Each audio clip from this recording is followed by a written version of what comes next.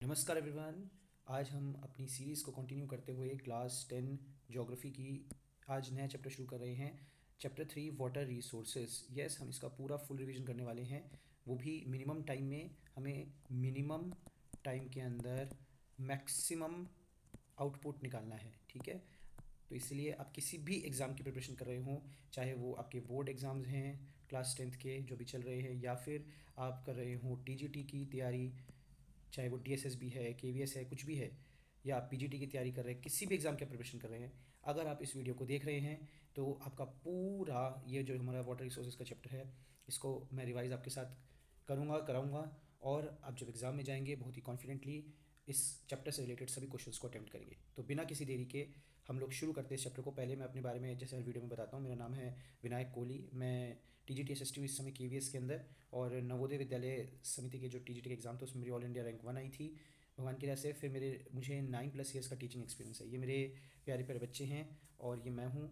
हमारे स्कूल में हम कोई एक्टिविटी कर रहे थे तो उसके साथ ये बच्चे जो उस समय इन्जॉय कर रहे थे, तब की ये फ़ोटो है।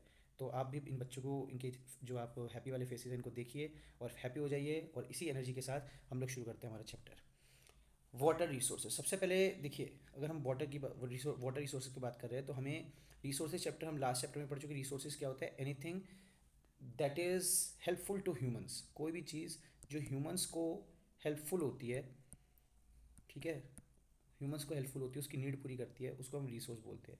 अब हम लोग बात करेंगे वाटर की, इसलिए मैं रिसोर्स पे ज़्यादा नहीं जा रहा क्योंकि पिछले दोनों चैप्टर्स के अंदर हम रिसोर्स के ऊपर काफ़ी अच्छा डिस्कशन कर चुके हैं। अगर आपने वो वीडियोज़ नहीं देखी तो प्लीज़ उसको देख लीजिए। Water is essential for life, agriculture, industries, electricity and domestic use. ठीक है, इसमें कुछ ज़्यादा बताने की ज़रूरत नहीं है। पानी के बिना कुछ नहीं है, जल ही जीवन है। वो life, agriculture, industries, electricity, domestic use, सबके लिए वाटर इंपॉर्टेंट है, ठीक है। अर्थ हैज़ एबंडेंट वाटर। हमारी धरती पे बहुत सारा पानी है, बट 97% इज सेलाइन। प्रॉब्लम कहाँ पे आ जाती है? पानी तो बहुत है लेकिन 97% हमारे यहाँ पे नमकीन पानी है, ठीक है ना। सेलाइन का मतलब होता है नमकीन। नमकीन पानी हमारा समुद्रों में जो पानी है वो नमकीन है। नमकीन क्यों है? क्योंकि उसमें सॉल्ट तो होता ही होता है, साथ में बहुत अलग अलग टाइप के मिनरल्स भी होते हैं, इसलिए वो पीने के लिए नहीं है। हम उसको ड्रिंक नहीं कर सकते हैं, उसको डायरेक्टली यूज़ नहीं कर सकते हैं, इसलिए ये प्रॉब्लम हो जाती है। Only 2.5% is fresh water. ये 2.5% फ्रेश वाटर पानी है हमारे पास पूरी दुनिया के अंदर। और इस ज़्यादातर फ्रेश वाटर के अंदर भी वो ग्लेशियर्स और आइस कैप्स में फ्रीज्ड है, जमा हुआ है वो, ठीक है ना। तो जो बचा हुआ 2.5% पानी भी है, उसमें से भी बहुत बड़ा हिस्सा उसका लगभग 90% के करीब जो है वो फ्रीज्ड है, ठीक है। तो हमारे लिए प्रॉब्लम ये आ जाती है कि हमारे पास सिर्फ 2.5% पानी है जिसका हम काम यूज़ कर पाते हैं डायरेक्टली, और उस 2.5% में से भी 90% फ्रीज्ड है, सिर्फ 10% हमारी यूज़ का है। Only a small fraction is available as surface water and ground water. और बहुत ही कम पानी जो है हमारे पास सरफेस वाटर के लिए, सरफेस वाटर यानी कि जो सतह के ऊपर हमें मिल जाता है, जैसे कि हमारी रिवर्स, पॉन्ड्स, लेक्स एक्सेट्रा, और ग्राउंड वाटर जो धरती के नीचे है, ये हमारे लिए अवेलेबल है डायरेक्ट यूज़। अगर आप अभी तक इस वीडियो को देख रहे हो, इसका मतलब आप अपनी पढ़ाई को लेकर के सीरियस हैं, तो प्लीज़ इस चैनल को आप कर लीजिए सब्सक्राइब, क्योंकि मेरे को मोटिवेशन तभी मिलेगा और वीडियोज़ बनाने का जब आप इस चैनल को सब्सक्राइब करोगे। इस वीडियो को लाइक कर लीजिए अभी तुरंत। मुझे इस वीडियो पे लाइक्स अगर आएंगे तभी मेरे को भी लगेगा कि हाँ, आप मेरे मेरे साथ जो है सीरियस कैंडिडेट्स जुड़ रहे हैं, सीरियस बच्चे जो हैं वो मेरे साथ जुड़ रहे हैं पढ़ाई को लेकर के। तो प्लीज़ इस वीडियो को लाइक कर दीजिए, और इस वीडियो के बाद में आप बताइएगा कि आपको वीडियो कैसी लगी कमेंट में। और इस चैनल को इस वीडियो को ज़्यादा से ज़्यादा शेयर करिए अपने और अच्छे पढ़ाई करने वाले सीरियस बच्चों के साथ। सीरियस नहीं भी हैं तो एटलीस्ट पढ़ना चाहते हैं तो भी उनके साथ इस वीडियो को शेयर करेंगे, ठीक है। चलिए, इंडिया सिचुएशन हम देख लेते हैं। भाई इंडिया की क्या सिचुएशन है पानी के मामले में? देखो भाई, हमारे देश में भगवान ने पानी बहुत दिया है, लेकिन हमारे पास क्योंकि पॉपुलेशन हमारी बहुत ज़्यादा है, इसलिए हमारे साथ प्रॉब्लम आती है। इंडिया के पास पूरी दुनिया के 4% फ्रेश वाटर रिसोर्सेज है। दोबारा से इस चीज़ को याद रखें, सिर्फ 2.5% पानी फ्रेश वाटर है। उस 2.5% में से 90% के करीब जो है वो जमा हुआ है, वो फ्रीज्ड है, ठीक है। यानी कि हमारे पास सिर्फ 10% पानी बच जाता है। इस 10% के अंदर से भी जो है, इसको अगर हम 100 मान लेते हैं तो इस 100 का सिर्फ 4% हिस्सा ही भारत के पास है। समझ में आ रहा है? यानी कि कितना छोटा अमाउंट हमारे पास इंडिया के पास पीने का पानी है। Supports about 16% of world population, और दुनिया की 16% पॉपुलेशन हमारे देश में एग्जिस्ट करती है। We are the second most, probably the first most populous country in the world. तो अब तो हम सबसे ज़्यादा पॉपुलस हो ही चुके हैं, बस सेंसस का वेट है। तो 16% वर्ल्ड पॉपुलेशन को हम लोगों को सपोर्ट करना है, पानी कम है। Unequal distribution of water across regions and season. तो पहला इंपॉर्टेंट चीज़, पानी है ही कम। दूसरा इंपॉर्टेंट चीज़, जो बचा कुचा पानी भी है वो भी अनईक्वली डिस्ट्रीब्यूटेड है, अनईक्वली डिस्ट्रीब्यूटेड, यानी कि आपके बंगाल में चले जाइए पानी बहुत है, बिहार में चले जाओ पानी है, ठीक है, आप वेस्टर्न घाट्स में चले जाइए पानी है, आप और कौन से एरियाज़ में जाएंगे जहाँ आपको बहुत ज़्यादा पानी मिल जाएगा, छत्तीसगढ़ में चले जाइए, छत्तीसगढ़ के बस्तर रीजन में पानी है। लेकिन आप राजस्थान में चले जाइए, राजस्थान में पानी नहीं है। आप लद्दाख में चले जाइए, पानी बहुत कम है, नहीं है, बहुत कम पानी है। नहीं है का मतलब ये नहीं है कि बिल्कुल नहीं है, नहीं है का मतलब बहुत कम है, ठीक है। आप वेस्टर्न घाट्स के रेन शेडो एरिया में चले जाइए, आपके मारवाड़ हो गया, या आपका गुजरात वाला जो आपका एरिया है, वहाँ पे आप चले जाइए, आपको पानी बहुत कम मिलेगा। इसका मतलब हमारे देश के अंदर मराठवाड़ा आप वहाँ पे चले जाइए, पानी बहुत कम है। यानी कि हमारे देश में पानी की बहुत ज़्यादा अनईक्वल डिस्ट्रीब्यूशन है, कहीं पे पानी बहुत ज़्यादा है, कहीं पे पानी बहुत कम है। तो ये भी एक सेकंड प्रॉब्लम क्रिएट करता है, water scarcity and need for water conservation. अब हम लोग आ जाते हैं हमारे नेक्स्ट टॉपिक। तो प्रॉब्लम तो हमने आइडेंटिफाई कर ली कि हाँ भाई पानी कम भी है, अनइक्वली डिस्ट्रीब्यूटेड भी है, ठीक है। अब वाटर स्केसिटी क्या होता है पहले इसको समझ लेते हैं, और फिर हमें कंजर्वेशन की ज़रूरत क्यों है इसको भी जान लेंगे। What is water scarcity? When demand for water exceeds available supply. क्या बोला था, 16% जनसंख्या है, पॉपुलेशन है, और कितना रिसोर्स हमारे वाटर का है भाई 4%। हमारे पास सिर्फ 4%, 4 चौक 16, ऐसे याद रखना पेपर के अंदर। यानी कि 4 गुना ज़्यादा, 4 टाइम्स ज़्यादा पॉपुलेशन है जितना हमारे पास पानी अवेलेबल है। 4 टाइम्स ज़्यादा पॉपुलेशन, आप सोच के देखो। तो इसीलिए इसको बोलते हैं वाटर स्केसिटी, जहाँ पर when demand for water exceeds available supply, demand for water exceeds available supply, यानी कि सप्लाई कम है, डिमांड बहुत ज़्यादा है, उसको बोलते हैं वाटर स्केसिटी। कॉजेज़ क्या हैं भाई वाटर स्केसिटी के? पहला, over exploitation and excessive use. हम लोग बहुत ज़्यादा ओवर एक्सप्लॉयट कर रहे हैं, बहुत ज़्यादा ओवर एक्सप्लॉयट कर रहे हैं। क्या ओवर एक्सप्लॉयट कर रहे हैं? पानी के रिसोर्सेज को बहुत ज़्यादा एक्सेसिव यूज़ कर रहे हैं।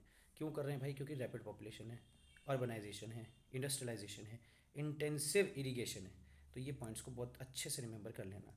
बहुत ज़्यादा जल्दी पॉपुलेशन ग्रोथ हो रही है, अर्बनाइजेशन है, शहरीकरण बहुत ज़्यादा है। अर्बनाइजेशन मतलब शहर बढ़ते जा रहे हैं, पेड़ कटते जा रहे हैं, इंडस्ट्रियलाइजेशन बहुत है, इंटेंसिव इरीगेशन, हम लोग खेतों में बहुत ज़्यादा पानी दे रहे हैं जितना उसको ज़रूरत भी नहीं है, इंडस्ट्रीज़ को डेवलप करते जा रहे हैं। यहाँ पे एक और पॉइंट आ जाएगा डिफॉरेस्टेशन, इस पॉइंट को भी लिख लीजिएगा, डिफॉरेस्टेशन भी हम बहुत ज़्यादा कर रहे हैं। ये सारे के सारे रीजन हैं कि हमारे वाटर रिसोर्सेज खत्म होते जा रहे हैं।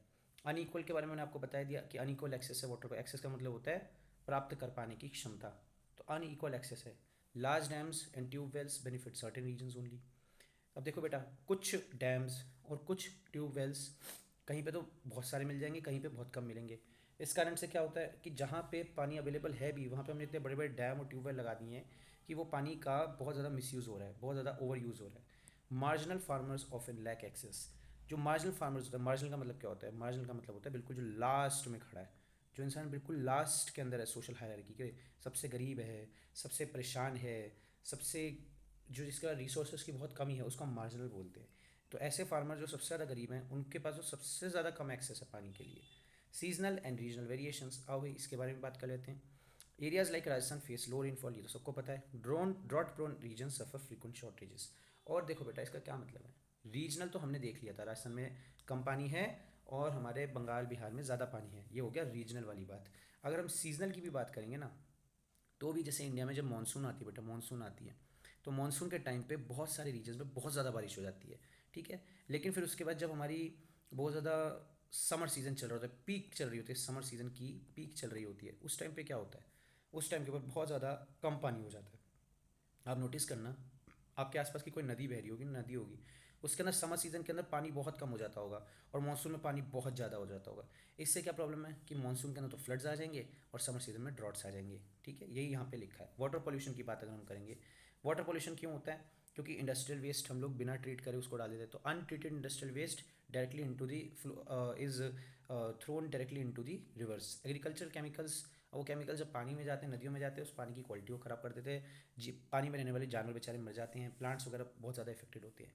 डोमेस्टिक सीवेज, कोई कंट्रोल ही नहीं है भाई, जितना भी सीवेज है वो सारा का सारा हम लोग डायरेक्टली वाटर, हमारे ग्राउंड वाटर में मिक्स हो जाता है, वो हमारे नदियों में, नालों, हमारे तालाबों में, सब जगह पर डोमेस्टिक सीवेज चला जाता है, जिस कारण से बहुत ज़्यादा समस्या देखने को मिलती है। Multipurpose river projects and integrated water resource management. आइए चलो अब इसको भी समझ लेते हैं कि भाई कैसे हम लोग इस वाटर की प्रॉब्लम को हैंडल कर सकते हैं। इसको हैंडल करने के दो तरीके हैं। पहला तो मल्टीपर्पज़ रिवर प्रोजेक्ट्स बनाओ, और इंटीग्रेटेड रिवर रिसोर्सेज मैनेजमेंट को, integrated water resources management system को लेकर के आओ। अब ये दोनों हैं क्या, इनको जल्दी समझते हैं। मल्टीपर्पज़ प्रोजेक्ट्स, तो बेटा नाम ही पता लग रहा है, ये मल्टीपर्पज़ है। ये क्या है, ये मल्टीपर्पज़ है। मल्टीपर्पज़ का क्या मतलब होता है, मल्टीपर्पज़ का मतलब होता है बहुत सारे काम ये कर सकते हैं प्रोजेक्ट्स। जैसे ये एक तरीके के डैम्स, ये बेटा ध्यान रखना, जब भी हम मल्टीपर्पज़ रिवर प्रोजेक्ट्स की बात कर रहे हैं, इसका मतलब हम डैम्स की बात कर रहे हैं। तो ये बड़े बड़े डैम होते हैं, हीराकुद डैम हो गया, ठीक है ना, हमारे सरदार सरोवर डैम हो गया, अलग अलग डैम है। इनका काम क्या होता है, ये फ्लड्स को कंट्रोल करते हैं। कैसे कंट्रोल करते हैं फ्लड्स को, पानी बहुत ज़्यादा आ गया, सपोज़ बारिश बहुत ज़्यादा हो गई, ठीक है, तो बारिश बहुत ज़्यादा होने के कारण नदियों के अंदर पानी जो है वो बहुत ज़्यादा बढ़ गया। अब इस नदी के ऊपर आपने बना दिया डैम, डैम बना रखा है और बहुत ज़्यादा स्टोरेज है उसके अंदर, तो वो डैम भर जाएगा और फ्लड होने से रोक देगा। प्रोवाइड इरीगेशन, अब सपोज़ सूखे वाला टाइम चल रहा है तो ये पानी को छोड़ देगा, कहाँ के लिए, खेतों में जाने के लिए, ताकि वहाँ पर इरिगेशन हो सके। जनरेट हाइड्रो इलेक्ट्रिक पावर, सबको ही पता है डैम का जो पानी होता है वो टरबाइन, इसके अंदर टरबाइंस लगी होती हैं, ठीक है ना, उन टरबाइंस को ये घुमाता है, जिसके कारण इससे इलेक्ट्रिसिटी जनरेट हो जाती है। सप्लाई ड्रिंकिंग वाटर, ऑब्वियस है। Support inland navigation, inland navigation क्या होता है, डैम्स कई बार मल्टीपर्पज रिवर प्रोजेक्ट्स के कारण ऐसे एरियाज़ के अंदर भी पानी अवेलेबल करा दिया जाता है जहाँ पे नहीं था या जहाँ पे कम था, जिस कारण से हम उन जो स्ट्रीम्स होती हैं उसमें हम लोग बोट वगैरह से ट्रैवल कर पाते हैं, ठीक है ना। तो इनलैंड नेविगेशन हम लोग कर पाते हैं, नेविगेशन मतलब ट्रैवल करना, इनलैंड मतलब नदियों के ऊपर ट्रैवल करना। प्रमोट फिशरीज़, ऑब्वियस है भाई, डैम्स के आसपास आप देखोगे तालाब बन जाते हैं, कोई बड़ा डैम होता है ना बेटा, उसके आसपास ना हमेशा वो डैम लेक होती है, इसको हम लोग डैम लेक बोलते हैं। वो डैम अपनी एक तालाब टाइप का बना देता है, लेक बना देता है, डैम पॉइंट डैम लेक बना देता है, जहाँ पर फिशरीज़ वगैरह हम लोग, फिशिंग वगैरह हम लोग कर सकते हैं, पिस्की कल्चर को हम लोग प्रमोट कर सकते हैं, ठीक है। इंकरेज रिक्रिएशन, घूमने जाते हैं भाई लोग, डैम अच्छा लगता है घूमने के अंदर, रिक्रिएशन का मतलब यही होता है। तभी हमारे पहले जो प्राइम मिनिस्टर थे जवाहरलाल नेहरू, उन्होंने डैम्स को बोला था टेम्पल्स ऑफ मॉडर्न इंडिया। क्या बोला था, टेम्पल्स ऑफ मॉडर्न इंडिया, ठीक है। तो इसको याद रख लेना पेपर के पॉइंट ऑफ व्यू से, क्योंकि क्वेश्चन आ जाएगा what are the purposes of the temples of modern India, या why Jawaharlal Nehru called dams the temples of modern India, या temples of modern India have their own benefits and disadvantages, compare them both. तो कुछ भी करके जब भी temples of modern India की बात होगी, याद रख लेना किसकी बात हो रही है, डैम्स की बात हो रही है। अब हम लोग कुछ एग्जाम्पल देख लेते हैं मेजर प्रोजेक्ट्स के। सबसे पहले आते हैं भाखड़ा नंगल डैम, नदी का नाम याद रख लेना, सतलुज नदी है। तो भाखड़ा नंगल, भाखड़ा नंगल। अब देखो बेटा, भाखड़ा सुनते ही ना आपको ना पता नहीं क्यों भंगड़ा टाइप का याद आएगा आपको। देखो भंगड़ा, मैं आपको टेक्निक बता रहा हूँ याद रखने की। भंगड़ा, भाखड़ा, भंगड़ा। भंगड़ा कहाँ होता है, पंजाब में होता है, सबको पता है। कहाँ पे होता है, पंजाब के अंदर होता है। तो भाखड़ा नंगल डैम का है, पहले तो पता लग गया पंजाब के अंदर है। पंजाब के अंदर सबसे इंपॉर्टेंट नदी हमारे देश वाले पंजाब में कौन सी है, सतलुज रिवर नदी है, ठीक है ना, सबसे लंबी भी वही है, मतलब इंडस की सबसे बड़ी लंबी ट्रिब्यूटरी सतलुज ही है। तो इसलिए सतलुज के ऊपर बनता है पंजाब का भाखड़ा नंगल डैम। चलो अब आपको याद हो गया, ठीक है ना। दूसरा बेनिफिट क्या है इसका, कौन कौन सी स्टेट्स को देता है, पंजाब ऑब्वियसली, हरियाणा और राजस्थान, यानी कि पंजाब के जो बॉर्डर स्टेट्स हैं हरियाणा राजस्थान उनको देगा। अगला आ जाता है हीराकुड डैम, कौन सा डैम, हीराकुड डैम, इंडिया का सबसे चौड़ा डैम है ये, इसको याद रखना, वाइडेस्ट डैम है इंडिया का, वाइडेस्ट। तो ये कहाँ पे है, रिवर महानदी के ऊपर है और ओडिशा के अंदर, स्टेट के अंदर है। हीराकुड डैम मैप के अंदर देखोगे ना बेटा, तो आपको इजीली आपको ये याद हो जाएगा, यहाँ पर है हीराकुड डैम ओडिशा के अंदर, ठीक है, हीराकुड डैम ओडिशा, महानदी नदी रिवर के ऊपर है। अगला आ जाता है Tehri dam, Tehri dam, Tehri dam अगर आपने थोड़ा सा भी ज्योग्राफी या हिस्ट्री का भी लाइफ में पढ़ा है अपने, तो आपको पता है कि ये हमारा जम्मू कश्मीर, अरे यार, ये हमारा जम्मू कश्मीर है बेटा, और ये हमारा उत्तराखंड, ये उत्तराखंड में यहाँ पर टेहरी डैम है, ठीक है। तो आप टेहरी डैम को हमेशा याद रखोगे, बहुत ही ठंडी जगह है, ठुठुराने लग जाओगे आप। टेहरी के अंदर है ना, कहते हैं ना ठुठुरी हो रही है, एकदम ठंड लग रही है, टेहरी से याद रख लो ठंड लग रही है, ठंड, टेहरी ठंड। तो ठंड कहाँ है, उत्तराखंड के अंदर ठंड है। रिवर भगीरथी, ये गंगा जी का ही पहला नाम है भगीरथी, मतलब ये अपनी जब इनिशियल स्टेज में होती हैं तो भगीरथी रिवर होती है। तो भागीरथी रिवर के ऊपर बना है टेहरी डैम, लोकेशन मैंने आपको बता दी उत्तराखंड। अगला है सरदार सरोवर डैम, ठीक है जी। हम सरदार किसको कहते हैं, वल्लभ भाई पटेल को। किनको बोलते हैं, पटेल साहब को बोलते हैं, वल्लभ भाई पटेल जी को बोलते हैं हम लोग क्या, सरदार। तो कहाँ पर होगा, गुजरात के अंदर होगा। कोसी नदी के ऊपर है, नर्मदा के ऊपर है, ठीक है ना। तो इस चीज़ को थोड़ा सा, तो सरदार सरोवर डैम से याद रखना, सरदार कौन है, वल्लभ भाई पटेल, सरदार वल्लभ भाई पटेल। तो कौन सी स्टेट में होगा, गुजरात के अंदर होगा, गुजरात का नर्मदापुरम डिस्ट्रिक्ट है वहाँ पर है ये। और नर्मदा नदी के ऊपर है, ऑब्वियस है। गुजरात, एमपी, महाराष्ट्र, इन तीनों स्टेट्स को पानी प्रोवाइड करता है। एडवांटेजेस और डिसएडवांटेजेस, ये बेटा ये स्टार मार्क डाल लो, ये बहुत, इसको डबल स्टार मार्क डाल लो, बहुत ज़्यादा इंपॉर्टेंट क्वेश्चन है कि मल्टीपर्पज़ प्रोजेक्ट इसके जब हम डैम की बात कर रहे हैं तो उनके फ़ायदे और नुकसान क्या हैं। तो सबसे पहले हम फ़ायदों की बात कर लेते हैं, एडवांटेजेस की बात कर लेते हैं। तो एडवांटेज में एश्योर्ड, एक सेकंड थोड़ा पेन छोटा कर लूँ,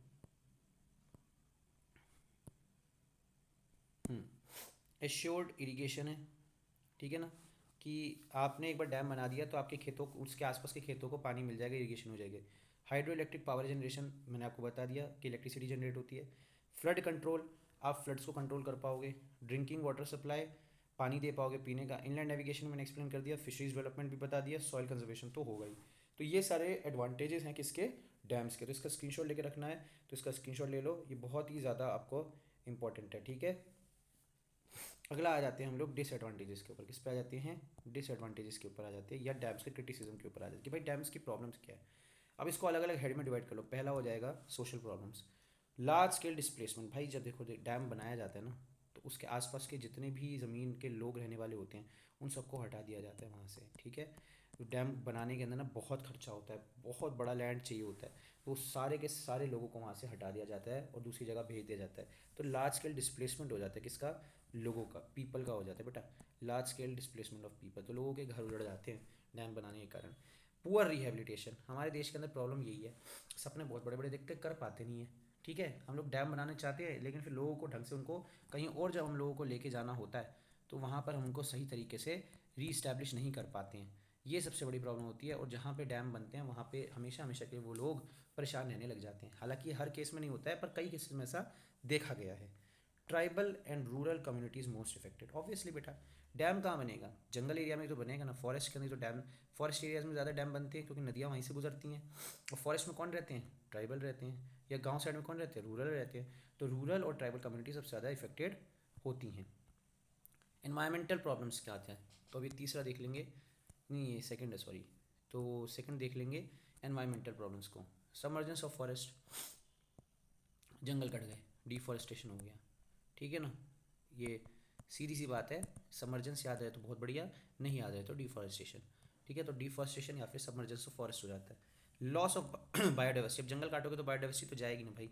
sedimentation, reduce dam capacity, sediment ये इंपॉर्टेंट पॉइंट है बट इसको थोड़ा सा ना 2 सेकंड के अंदर इसको समझते हैं। देखो आपका डैम है, ठीक है, नदी आई, नदी के अंदर बहुत सारे कंकड़ हैं, बहुत सारी मिट्टी है, बहुत सारी रेत है। अब ये जाकर के पानी डैम के अंदर भर गया, ठीक है, ये पानी डैम में भर गया। आपने साइंस के अंदर एक प्रोसेस समझा होगा सेडिमेंटेशन का। जब पानी होता है उसको थोड़ी देर के लिए छोड़ दो तो उसके सारे कण, सारी मिट्टी जो होती है वो नीचे ज़मीन के ऊपर बैठने लग जाती है, ठीक है ना, ज़मीन पे बैठने लग जाती है। इसी तरीके से डैम के अंदर भी अगर टाइमली क्लीनिंग ना हो, अगर उसकी प्रॉपर क्लीनिंग ना हो, या डैम के जो अथॉरिटीज़ हैं या क्लीनिंग करने वाले ढंग से क्लीनिंग नहीं कर रहे हैं, तो उससे क्या होगा कि यहाँ पर सेडिमेंटेशन हो जाएगी और उसके कारण जो पानी आगे जाना है वो पानी नहीं जा पाएगा, या बहुत कम जा पाएगा, या ठीक से नहीं जा पाएगा, जिस कारण से डैम की कैपेसिटी ही कम हो जाती है। क्योंकि यहाँ तो मिट्टी भरी है ना, अगली बार पानी आ गई है, अब वो पानी ओवरफ्लो कर जाएगा अगली बार, इसीलिए सेडिमेंटेशन जो है वो डैम की कैपेसिटी को रिड्यूस कर देती है। अगला पॉइंट हमारा देखेंगे, डिस्टर्ब्स नेचुरल रिवर फ्लो। अरे भाई नदी ठीक ठाक बह रही थी, ठीक है ना, अपनी वेग के साथ बह रही थी, आपने ऊपर डैम बना दिया, उसका नेचुरल फ्लो ही खत्म करके रख दिया ना आपने, आप उसको कंट्रोल करने की कोशिश कर रहे हो।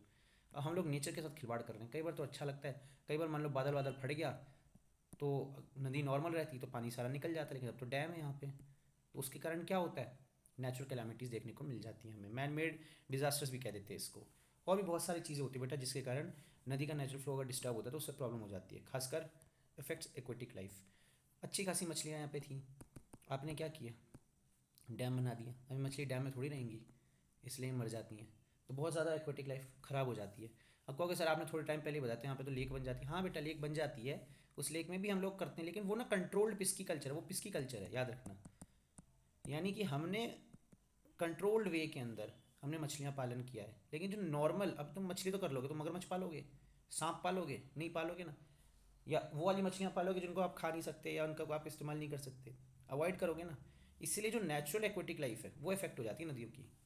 इंटर स्टेट वाटर डिस्प्यूट्स, ये हो गया तीसरा पॉइंट कि भाई डैम से कारण वाटर डिस्प्यूट बढ़ जाते हैं। जैसे Narmada dispute related to Sardar Sarovar dam, आज तक इसके प्रॉब्लम्स आज भी कई जगह कोर्ट केसेस चल रहे हैं। नर्मदा डैम जब सरदार सरोवर डैम बना था ना, उसके कारण।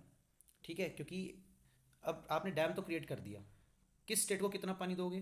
गुजरात को ज़्यादा दोगे तो महाराष्ट्र वाले नाराज, महाराष्ट्र को ज़्यादा दोगे तो एमपी वाले नाराज, एमपी वाले कहेंगे भाई हमारे से पानी आ रहा था, आपने गुजरात को क्यों दे दिया, महाराष्ट्र को। ये मतलब ये लड़ाई चलती थी। एग्जाम्पल दे रहा हूँ, ये दिल पे मत ले लेना कि भाई हम तो नहीं लड़ रहे। अरे नहीं लड़ रहे होगे, मैं मानता हूँ, लेकिन एक एग्जाम्पल दे रहा हूँ कि स्टेट्स के अंदर कई जगह पर ऐसा देखा भी जाता है जहाँ पर आपके डैम बनाने के कारण किस स्टेट को कितना पानी देंगे, इसके कारण स्टेट गवर्नमेंट्स के बीच में आपस में टसल शुरू हो जाती है। अब हम आ जाते हैं चौथा point, people's movement. People's movement मतलब आंदोलन, ठीक है ना, आंदोलन। नर्मदा बचाओ आंदोलन सबसे इम्पोर्टेंट आपकी बुक में दिया हुआ है, और ये हिस्ट्री पॉइंट ऑफ व्यू से भी बहुत ज़्यादा इंपॉर्टेंट है। इसमें अपोज किया था लार्ज डैम्स को बनाने में, क्योंकि डिस्प्लेसमेंट बहुत ज़्यादा हो रहा था और इन्वायरमेंटल इशूज़ हो रहे थे। ठीक है ना, तो आप मेरे को कमेंट सेक्शन में बताएंगे कि इसको लीड किसने किया था। कमेंट्स में मेरे को बताओ कि नर्मदा बचाओ आंदोलन की लीडर कौन थी। ठीक है ना, ये आपको पता होना चाहिए। ठीक है, रेन वाटर हार्वेस्टिंग, यानी कि क्यों किया था नर्मदा बचाओ आंदोलन? इसलिए कि बहुत ज़्यादा लोगों को डिस्प्लेस कर दिया था और इन्वायरमेंटल प्रॉब्लम्स आ रही थी, इसलिए इसको किया था। रेन वाटर हार्वेस्टिंग की बात करेंगे बेटा। हमने कई बार इसको हमने पहले भी पढ़ा है कि आप अपने घर के ऊपर आपने रेन वाटर हार्वेस्टिंग सिस्टम लगा दिया है, जिससे कि जब बारिश होगी तो आप उस पानी को प्रिजर्व करके एक नीचे पिट आपने बना रखी है, आपके ऊपर से पानी जाकर के उस पिट के अंदर जमा हो जाएगा। ठीक है, फिर बाद में आप इस पानी को बाकी इस कामों के लिए इस्तेमाल कर सकते हो। Collecting and storing rain water for future use, ये तो मैंने आपको बताया, collecting and storing water for rain water for future use. अब बेटा क्यों करना चाहिए rain water harvesting, why important? क्योंकि भाई ग्राउंड वाटर को रिचार्ज करता है। जब आपने उस मिट्टी के अंदर खुदाई करके जब आपने पानी भर दिया, ये पानी नीचे सीप करेगा, सीपेज होगी इस पानी की धरती के अंदर, और इसके कारण ओवरऑल जो हमारी वाटर टेबल है वो इंक्रीज़ करेगी। रिड्यूसेस वाटर स्केर्सिटी तो है ही, प्रिवेंट फ्लडिंग। अगर आपने जगह जगह के ऊपर रेन वाटर हार्वेस्टिंग सिस्टम लगाएगी तो फ्लडिंग भी प्रिवेंट होगी। Ensures water availability during dry season. Traditional rain water harvesting systems in India, जल्दी से समझ लेते हैं भाई। इंडिया के अंदर सालों से हम लोग रेन वाटर कंजर्वेशन करते आ रहे हैं। जैसे कि वेस्टर्न राजस्थान की जब हम बात करेंगे तो खदीन या टंकास, टंकास क्या होते हैं? बड़े बड़े टैंक बनाए जाते थे। उसको क्या बना रहा हूँ यार मैं, थोड़ी तबीयत ठीक नहीं बेटा। तो बड़े बड़े हम लोग टैंक हम लोग क्रिएट करते थे, ठीक है, उसमें पानी को स्टोर किया जाता था। ऐसे खदीन भी इसी टाइप के होते थे। बिहार की अगर हम बात करें तो बिहार में आहार और पाइन नाम के रेन वाटर हार्वेस्टिंग सिस्टम। बेटा वीडियो थोड़ी लंबी होती जा रही है, इसलिए मैं सब कुछ एक्सप्लेन नहीं कर रहा हूँ, लेकिन ये नाम इंपॉर्टेंट है आपके एग्जाम पॉइंट ऑफ व्यू से, तो थोड़ा सा इसको रिवाइज कर लेना कि कौन से कहाँ पे। राजस्थान में खदीन और टंकास, बिहार में आहार और पाइन, हिमाचल प्रदेश के अंदर कुल्लड़ होते हैं ना, कुल्लड़ जैसे वैसे कुल, और तमिलनाडु में roof top rain water harvesting बहुत ज़्यादा ज़रूरी है, इसको कंपलसरी कर दिया। ठीक है ना, ये अब आप कहोगे सर रूफ टॉप तमिलनाडु की कैसे हो गई? नहीं, ये अलग टॉपिक है। देखो बेटा, हमने तमिलनाडु के अंदर roof top rain water harvesting system को कंपलसरी करा है। मेघालय के अंदर बैम्बू ड्रिप इरीगेशन सिस्टम, ठीक है ना। बैम्बू ड्रिप क्या होता है, थोड़ा सा टाइम नहीं है, मैं आपको अच्छे से एक्सप्लेन करता बेटा। मान लो ये बैम्बू है, ये दूसरा बैम्बू है, ऐसे करते करते पानी इधर से इधर से इधर से आएगा, इसमें से जाएगा, और ये मान लो पौधा है कोई, उसके अंदर जाएगा। ऐसे करके बैम्बू रेन वाटर हार्वेस्टिंग होगी। फिर उसके बाद ये कहाँ है? मेघालय के अंदर है रूफ टॉप। फिर हम आ जाते हैं मॉडर्न रेन वाटर हार्वेस्टिंग के अंदर। तो रूफ टॉप तो हमने समझ लिया, टैंक्स के अंदर स्टोर करते हैं डोमेस्टिक पर्पज़ के लिए, रिचार्ज ग्राउंड वाटर।